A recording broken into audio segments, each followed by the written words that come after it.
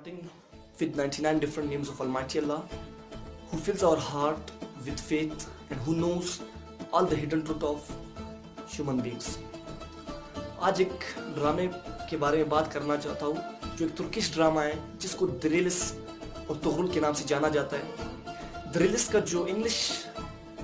में मीनिंग होता है वो है द रेजरेक्शन। रेजरेक्शन का मतलब क्या होता है कि किसी भी मुर्दे का वापस जिंदा होना या किसी भी ऐसे मुर्दे शख्स का जिसका वापस जिंदा होना, इसको द रेजरेक्शन कहते हैं। अब किसी भी मुर्दे का वापस जिंदा होना ये एक नामुमकिन सी बात लगती है क्योंकि एक नामुमकिन है एक मुर्दे का वापस जिंदा होना, लेकिन इस ड्रामे में इस लफ्ज़ के इस्तेमाल करने का मकसद और मतलब सिर्फ ये कि वो ये कहना चाहते हैं मुसलमानों को कि अब हम अपने जज्बे को वापस जगाएं और हम अपने माजी को याद करें, हम अपने उन हुक्मरानों के बारे में याद करें जिन्होंने जितने फतूहात हासिल किए, वो जिस तरह मतलब उन्होंने अपने फतूहात हासिल किए, जिस तरह उन्होंने काफिरों के साथ जंग लड़ी, जो भी कारनामे उन्होंने अंजाम दिए उसके बारे में हमें पता हो और हम अपने इस जज्बे को वापस उजागर करें और हम मतलब लड़े सच्चाई के लिए।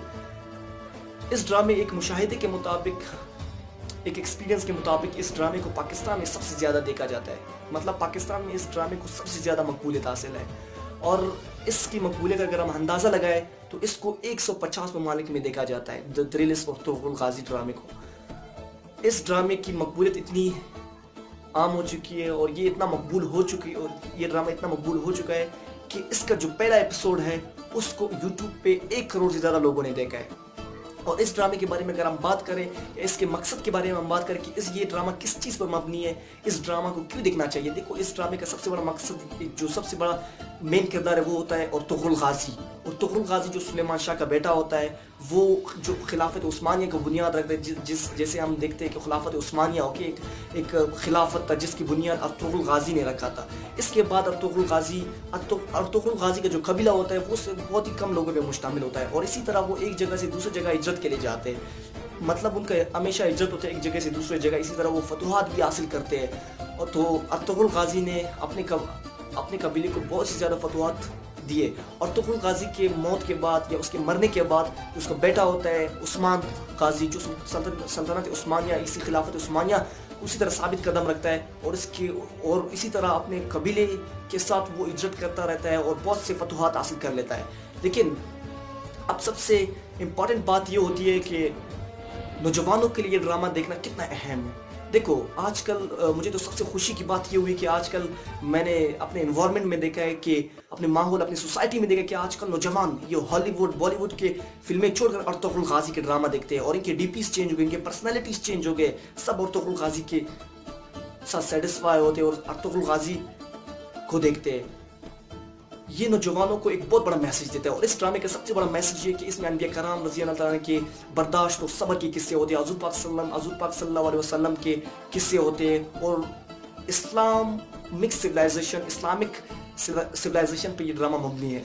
और सबसे इम्पॉर्टेंट बात, हमारे नौजवानों के लिए, हमारे बच्चों के लिए तो एक बहुत ही ज़बरदस्त ड्रामा है। और इस ड्रामे के देखने के बाद इंसान में एक जज्बा आता है, इंसान में जहाद का जज्बा आता है, इंसान में एक बहादुरी शुजात का जज्बा आता है इंसान में। और अगर हम देखें कि ये ड्रामा इतना पॉजिटिव मैसेज दे रहा है हमें, इतना पॉजिटिव सा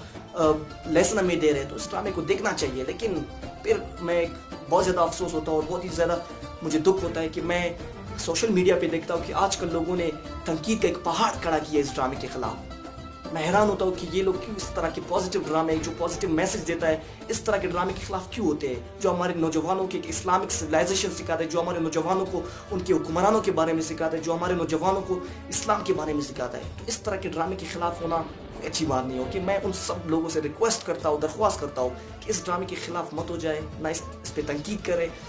और अपने बच्चों को, आप लोगों को तो ये चाहिए कि अपने बच्चों को ये ड्रामा और दिखाए, ना कि इस पर तनकीद करें। इसकी मकबूलियत